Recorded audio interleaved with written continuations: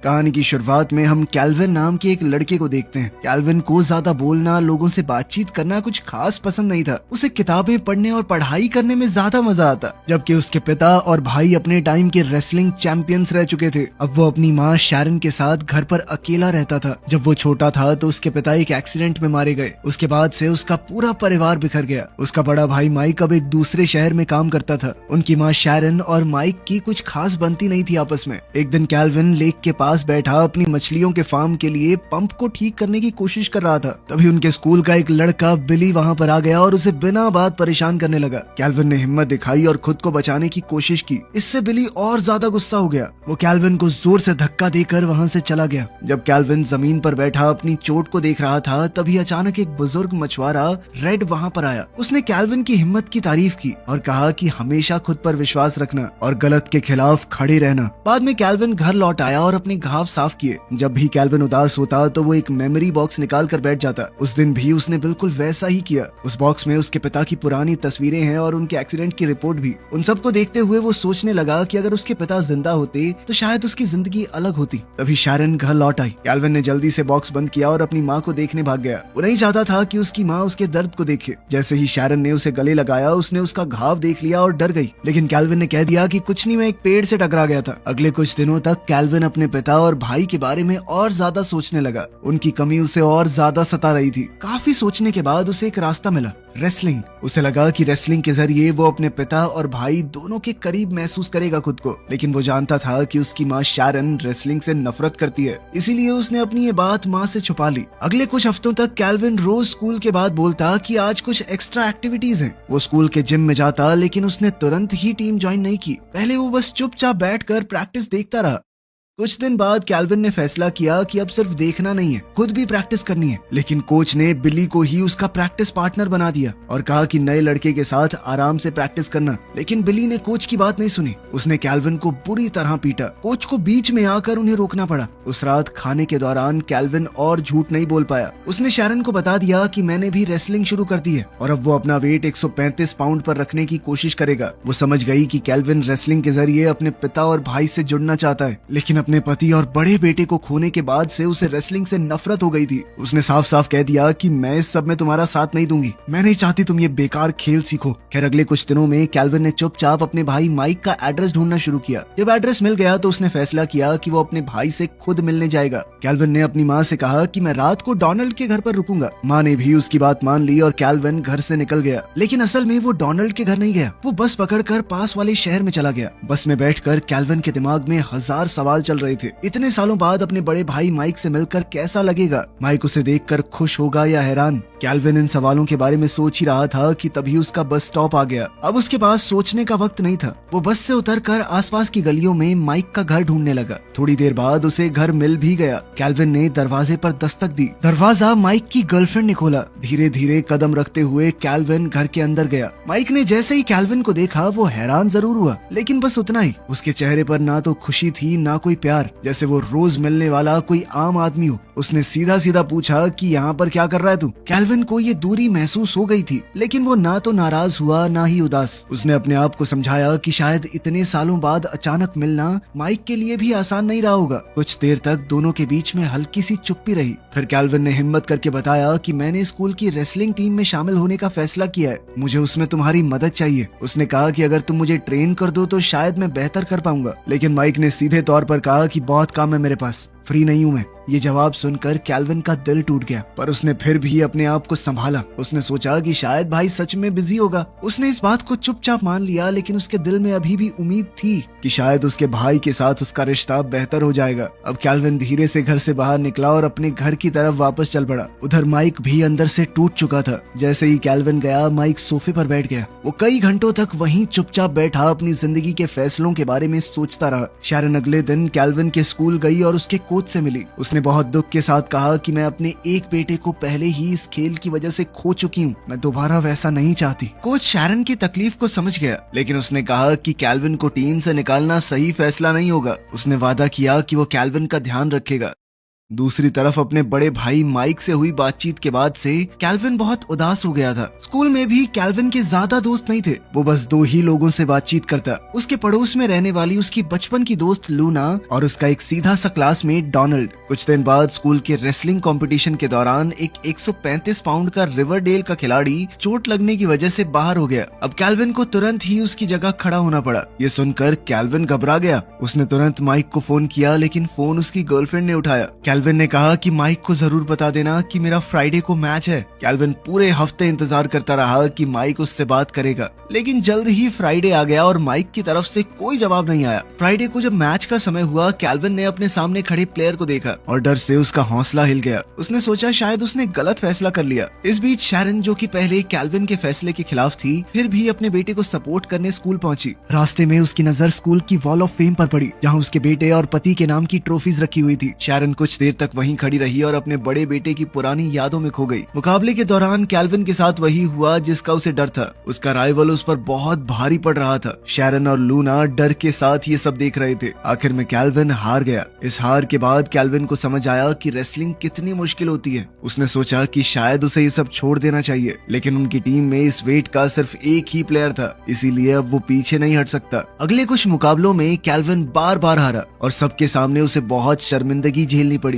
दूसरी तरफ माइक की नौकरी चली गई थी और वो ऐसे ही इधर उधर भटक रहा था। एक दिन वो ऐसे ही टाइम काटने के लिए एक छोटे से बार में गया। वहाँ एक आदमी बिना बात उससे झगड़ने लगा और उस पर हाथ उठा दिया। माइक ने अपना बचाव किया, लेकिन पुलिस वालों ने उसकी बात नहीं सुनी। उन्होंने उसे ही गिरफ्तार करके जेल में डाल दिया। उधर कैल्विन अपनी तैयारी को लेकर परेशान था। स्कूल से निकलते वक्त कैल्विन और डोनाल्ड की मुलाकात बिली से हुई। बिली ने सबके सामने कैल्विन के भाई माइक का मजाक उड़ाया और अखबार दिखाया जिसमें माइक की गिरफ्तारी की खबर छपी थी। ये देखकर कैल्विन बहुत परेशान हो गया। वो दोबारा लीग के पास गया और वहाँ फिर से उसे रेड मिला। रेड ने उसे समझाया कि मैं यकीन से कह सकता हूँ उसे तुम्हारी जरूरत है। ये बात सुनकर कैल्विन ने वहाँ जाने का फैसला कर लिया। अगले दिन सुबह जल्दी उठकर कैल्विन लूना के घर गया और उसका स्कूटर लिया। उसने अपनी माँ से झूठ बोला कि स्कूल जल्दी जाना पड़ेगा आज। फिर वो सीधा कोर्ट पहुँच गया। कोर्ट में माइक के वकील ने जज से कहा कि उसे बेल पर छोड़ देना चाहिए। जज फैसला सुनाने ही वाली थी कि तभी केविन खड़ा हुआ और बोलने लगा, जज साहब, मैं माइक का छोटा भाई हूँ। आज मेरे भाई को छोड़ दीजिए, हम दोबारा कभी आपके कोर्ट में नहीं दिखेंगे, प्रॉमिस। कैल्विन की ये बात सीधा माइक के दिल पर लगी। कोर्ट के बाद दोनों भाई साथ में घर गए। फिर उनकी इस मुलाकात के बाद माइक ने फैसला किया कि वो कैल्विन को रेसलिंग सिखाएगा।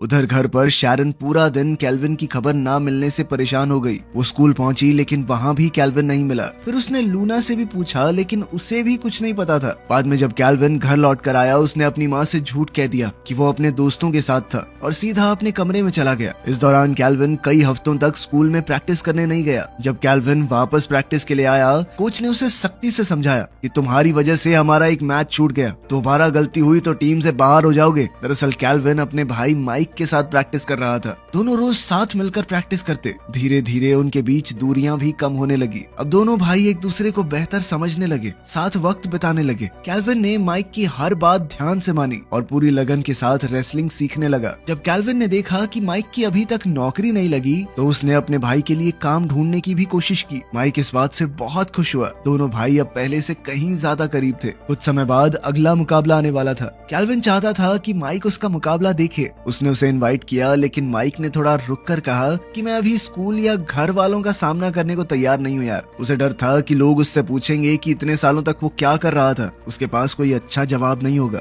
मैच के दिन कैल्विन ने राइवल की आंखों में एकदम सीधा देखा। इस बार उसका हौसला पहले जितना कमजोर नहीं था। फिर वो एक शांत कोने में गया, अपना पसंदीदा म्यूजिक सुना और खुद को तैयार किया। उधर डोनाल्ड, लूना और शैरन सांस रोके उसका इंतजार कर रहे थे और फिर मुकाबला शुरू हुआ। इस बार कैल्विन काफी मजबूत हो चुका था। अपनी फाइट के दौरान उसने अपने बड़े भाई से जो कुछ सीखा था सब कुछ इस्तेमाल किया। इस बार उसका डर भी कंट्रोल में था। उसने ध्यान से मैच खेला और पूरे विश्वास के साथ जीत भी गया। किसी को पता नहीं था कि माइक चुपचाप स्कूल में आया हुआ था। वो सीधा अंदर नहीं गया। वो दीवार के पास खड़ा होकर दूर से मुकाबला देख रहा था। जैसे ही उसने कैल्विन को जीतते हुए देखा, उसका चेहरा गर्व से भर गया। दूसरी तरफ भीड़ के बीच में रेड भी चुपचाप बैठा था। उसे भी कैल्विन की जीत की खुशी थी। माइक नहीं चाहता था कि कोई उसे देखे, इसीलिए मुकाबला खत्म होने से पहले ही वो वहाँ से निकल गया। गया। लेकिन जैसे ही वो स्कूल के रास्तों से गुजरा उसे अपने पुराने दिन याद आ गए, वही जगह जहाँ उसने कभी बहुत बड़े काम किए थे। अगले कुछ हफ्तों तक कैल्विन लगातार मुकाबले जीतता रहा। हर जीत के दौरान माइक चुपचाप कहीं ना कहीं से उसे देखने आता। जब माइक ने देखा कि कैल्विन तो बहुत ही बढ़िया खेलने लगा है तो उसने सोचा कि ये कुछ बड़ा कर सकता है। एक दिन कैल्विन ने मजाक में पूछा कि अब क्या तुम मुझे रिवर्स क्रैडल भी सिखाने वाले हो? माइक ने तुरंत मना कर दिया क्योंकि वो मूव बहुत रिस्की है। कुछ दिन बाद स्कूल का डांस फंक्शन आने वाला था। सब बच्चे उसकी तैयारी में लग गए तो लूना ने भी कैल्विन से पूछा कि क्या मेरे साथ चलोगे? कैल्विन ने खुशी खुशी हाँ कह दिया। कुछ दिन बाद माइक ने कैल्विन की मुलाकात एक और फाइटर से करवाई। उसका नाम है थियो। अब वो भी उनकी ट्रेनिंग में शामिल हो गया। अगले कुछ हफ्तों तक कैल्विन ने और भी ज्यादा मेहनत की। उसने अपना खाना पीना सही रखा। धीरे धीरे उसके शरीर में साफ बदलाव दिखने लगे। वो और मजबूत हो गया। डांस वाले दिन शैरन ने लूना को घर बुला लिया। दरअसल लूना की माँ नहीं थी, वो घर पे अपने पिता और 4 भाइयों के साथ रहती थी,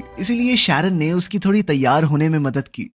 दूसरी ओर अपने भाई की मेहनत देखकर माइक बहुत खुश हुआ। उसने आखिरकार फैसला किया कि तुम अब तैयार हो, मैं तुम्हें रिवर्स क्रेडल सिखाऊंगा। कैल्विन बहुत एक्साइटेड हो गया। दोनों भाई कई घंटों तक उस मूव की प्रैक्टिस करते रहे। उस रात कैल्विन और लूना डांस पर गए। दोनों खुश थे और वक्त अच्छा बीत रहा था। तभी बिली वहां आया और लूना से बदतमीजी करने लगा। लूना ने खुद को बचाने की कोशिश की लेकिन कैल्विन बीच में आ गया और बिना ज्यादा मेहनत के बिली को नीचे गिरा दिया। अब हालात बदल चुके थे। कैल्विन बिली से ज्यादा ताकतवर था। डांस के बाद कैल्विन और लूना स्कूल से बाहर निकले और शहर की सड़कों पर घूमते हुए बातें करने लगे। कैल्विन ने उससे वादा किया कि मैं हमेशा तुम्हारे साथ खड़ा रहूंगा। इस रात के बाद दोनों एक दूसरे के और करीब आ गए। उधर कई हफ्तों की मेहनत के बाद माइक थोड़ा चिल करने के लिए एक बार में गया। उसने पीने के लिए एक ग्लास मंगवाया लेकिन तुरंत उसे याद आया कि पिछली बार क्या हुआ था। उसका भाई उसकी तरफ से जज से वादा भी करके आया था, इसलिए बिना पिए पैसे देकर वो वहाँ से निकल गया। जैसे ही वो बाहर निकला कुछ लोगों ने उसे घेर लिया। ये वही लोग थे जिनसे उसका पिछली बार झगड़ा हुआ था। माइक ने शांति से बात करने की कोशिश की लेकिन उन्होंने बात नहीं सुनी। आखिरकार माइक को खुद को बचाने के लिए लड़ना पड़ा। उसने कुछ लोगों को पीटा लेकिन आखिर में वो खुद बेहोश हो गया। अगली शाम जब कैल्विन ट्रेनिंग करने गया तो वहाँ माइक नहीं मिला। कैल्विन ने सोचा कि शायद किसी काम में बिजी होगा, इसीलिए वो अकेला ही कुछ घंटों तक ट्रेनिंग करके घर लौट आया। जैसे ही कैल्विन घर के अंदर आया वो अचानक रुक गया। उसने अपनी माँ को माइक से फोन पर बात करते सुना। दरअसल माइक को पुलिस वालों ने दोबारा झगड़ा करते पकड़ लिया था। घर में बहस शुरू हो गई। शैरन को लगता था कि माइक की यही हरकतें हैं। बहस बढ़ गई तो कैल्विन को फिर से अपने भाई के लिए खड़ा होना पड़ा। उसने अपनी माँ से कहा कि माइक मुझे कभी धोखा नहीं देगा, जरूर उसे फंसाया गया होगा। पिछले 1 महीने से उसने शराब को हाथ तक नहीं लगाया। फिर कैल्विन ने एक और सच बताया कि वो मैचेस सिर्फ और सिर्फ माइक की वजह से जीत रहा है। यह सुनकर शैरन हैरान हो गई। कैल्विन ने जोर से कहा कि वो मेरा भाई है, मुझे अपने भाई को जानने का हक है। अब किस बात से डर रही हो माँ? उधर माइक जेल में बैठा अपनी किस्मत को कोस रहा था। उसे समझ नहीं आ रहा था कि मुश्किलें बार बार उसकी जिंदगी में क्यों आ जाती हैं। कुछ देर बाद कैल्विन ने शांत मन से सोचा। उसे लगा कि उसके परिवार का सारा दर्द और गुस्सा उसी पुराने एक्सीडेंट से जुड़ा हुआ है। शैरन अपने गुजर चुके पति मैक का नाम सुनते ही इमोशनल हो गई, लेकिन उसने हिम्मत जोड़ी और कैल्विन को सच बताना शुरू किया। उसने बताया कि मैक माइक का ट्रेनर भी था और उसका सबसे बड़ा साथी भी। दोनों हर काम साथ में किया करते थे। रेसलिंग उनकी जिंदगी का सबसे बड़ा हिस्सा था। फिर लगभग 10 साल पहले माइक का एक इम्पोर्टेंट मैच होने वाला था। मैक को अपने बेटे पर पूरा भरोसा था कि वो ओपोनेंट को हरा देगा, लेकिन माइक ने कहा कि अगर हम अगले शहर में जाके ओपोनेंट को देख लें तो वो समझ जाएंगे कि वो कैसे लड़ता है। मैक पहले जाना नहीं चाहता था। शैरन ने भी मना किया। बाहर बर्फ गिर रही थी, रास्ता सेफ नहीं था, लेकिन फिर भी मैक और माइक गाड़ी लेकर निकल गए। रास्ते में गाड़ी ने कंट्रोल खो दिया और एक्सीडेंट हो गया। माइक कार से बाहर गिरकर बच गया, लेकिन मैक गाड़ी के अंदर ही मारा गया। ये सुनकर कैल्विन चुप रह गया। उसने सोचा कि कितना बड़ा गिल्ट होगा माइक के दिल में इतने सालों से। उसने अपनी माँ के दर्द को भी महसूस किया, लेकिन सबसे ज्यादा उसका दिल माइक के लिए टूट गया। अब उसे समझ आया कि उसका भाई इतना अंदर से खाली और चुप सा क्यों रहता है। कुछ दिन बाद कैल्विन अपनी टीम के साथ डिस्ट्रिक्ट लेवल टूर्नामेंट के लिए गया। उसके साथ उसका दोस्त डोनाल्ड और लूना भी थे, जो स्टैंड्स में बैठे उसकी हौसला अफजाई कर रहे थे। कैल्विन ने एक एक करके सारे मैच जीत लिए और सेमीफाइनल्स तक पहुंच गया, लेकिन उसका मन खुश नहीं था। उसके दिमाग में सिर्फ एक बात चल रही थी, माइक के साथ क्या हुआ होगा। इसीलिए वो अपने दोस्तों को वहीं छोड़कर घर वापस आ गया। दूसरी तरफ शैरन ने भी एक बड़ा फैसला लिया। उसने सोच लिया कि माइक जरूर सच बोल रहा होगा, इसीलिए उसने बार में विटनेसेस को ढूंढा और उनसे बात की। उसे पता चला कि माइक ने उस रात शराब पी ही नहीं थी, उसे अटैक करने वालों ने उसे फंसाया था। फिर शैरन ने डीए ऑफिस और पेरोल ऑफिसर से बात की और माइक के लिए एक डील तैयार करवाई। इसके बाद शैरन जेल गई और माइक से मिली। उसने कहा कि मैं अपना बेटा वापस चाहती हूँ, लेकिन मुझे समझ नहीं आ रहा कैसे। इधर टूर्नामेंट में कैल्विन ने सेमीफाइनल तक पहुंचने के बाद भी सेलिब्रेट नहीं किया। उधर शैरन माइक को जेल से छुड़वाकर उसके घर ले गई। घर अंदर से ठंडा, खाली और उदास था। ये देखकर शैरन का दिल टूट गया। उसने समझा कि माइक कितने सालों से अपने आप को सजा दे रहा है। तब शैरन को समझ आया कि कैल्विन बस हमेशा से उनके परिवार को जोड़ना चाहता था। ये सोचकर शैरन ने पहली बार अपने दिल की बात माइक को बोली। माइक भी उसकी हर बात को ध्यान से सुन रहा था। शैरन का दिल भर आया और उसने अपने बेटे को गले लगा लिया। उस मनहूस एक्सीडेंट के बाद पहली बार माँ बेटे ने